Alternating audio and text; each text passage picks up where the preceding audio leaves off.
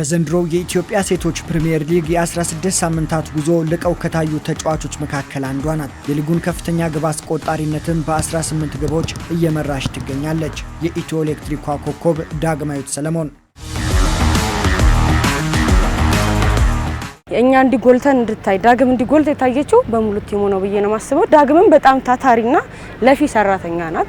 አንገቷን ደፍታ ማለት የሆነ እንዴት ነው አንዳንድ ተጫዋች ተደጋጋሚ ጎል ሲያገባ ራሱን ኢጎ ምናምን የለባትም። ታታሪና አንገት ደፍታ የምትሰራልሽ ስለሆነች ይሄ ነው ውጤቱም ደግሞ የሚሰራ ሰው ደግሞ ውጤቱን ትመለከታለህ። እንደ ስትራይከር ጥሩ ጎል ላይ በደንብ ትገኛለች።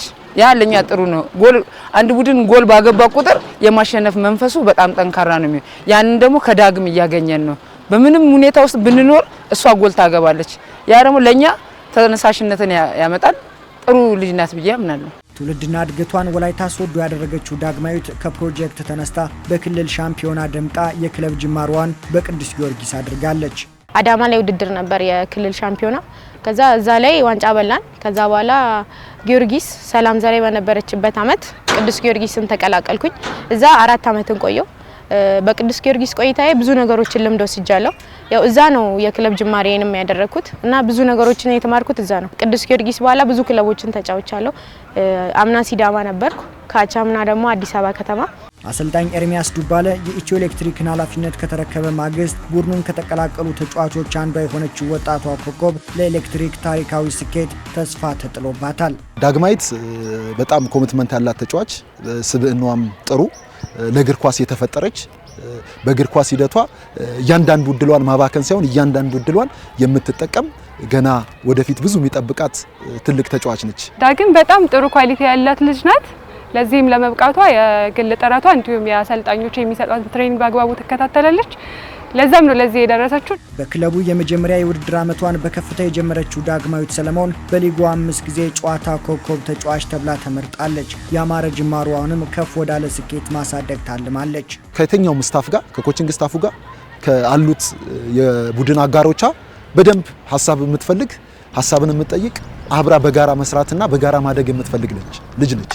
ያ ደግሞ ለየት ያደርጋታል። ዲሲፕሊን ላይም በጣም ዲሲፕሊኗን ጠብቃ ረፍቷን፣ አመጋገቧን የእያንዳንዱን ስፖርቱ የሚፈቅደውን እያንዳንዷን ነገር በትክክለኛው ከሕክምና ባለሙያው ጋር በደንብ በማውራት የሚያስፈልጋትን ነገር በመጠየቅ በቃ በዚህ ፕሮፌሽናል የሆነ አስተሳሰብ ያላት ተጫዋች ነች። እኔ ዘንድሮ በጣም ራሴን ያሻሻልኩበት ነው ብዬ ነው ማስበው።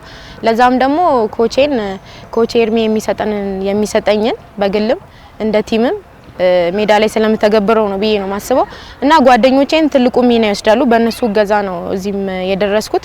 ከእግዚአብሔር ጋር እኔም ክለቤም ይሄን ነገር እናስቀጥላለን ብዬ አስባለሁ።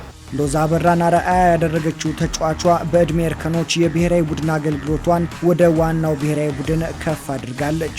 እንደ ሀገር ናሽናል ቲምም በቻልኩት አቅም ማገልገል ፈልጋለሁ። አሁን የኢትዮጵያ ሴቶች እግር ኳስ ዝቅተኛ ደረጃ ላይ ነው ያለው፣ ግን ከፍ ማድረግ እንችላለን።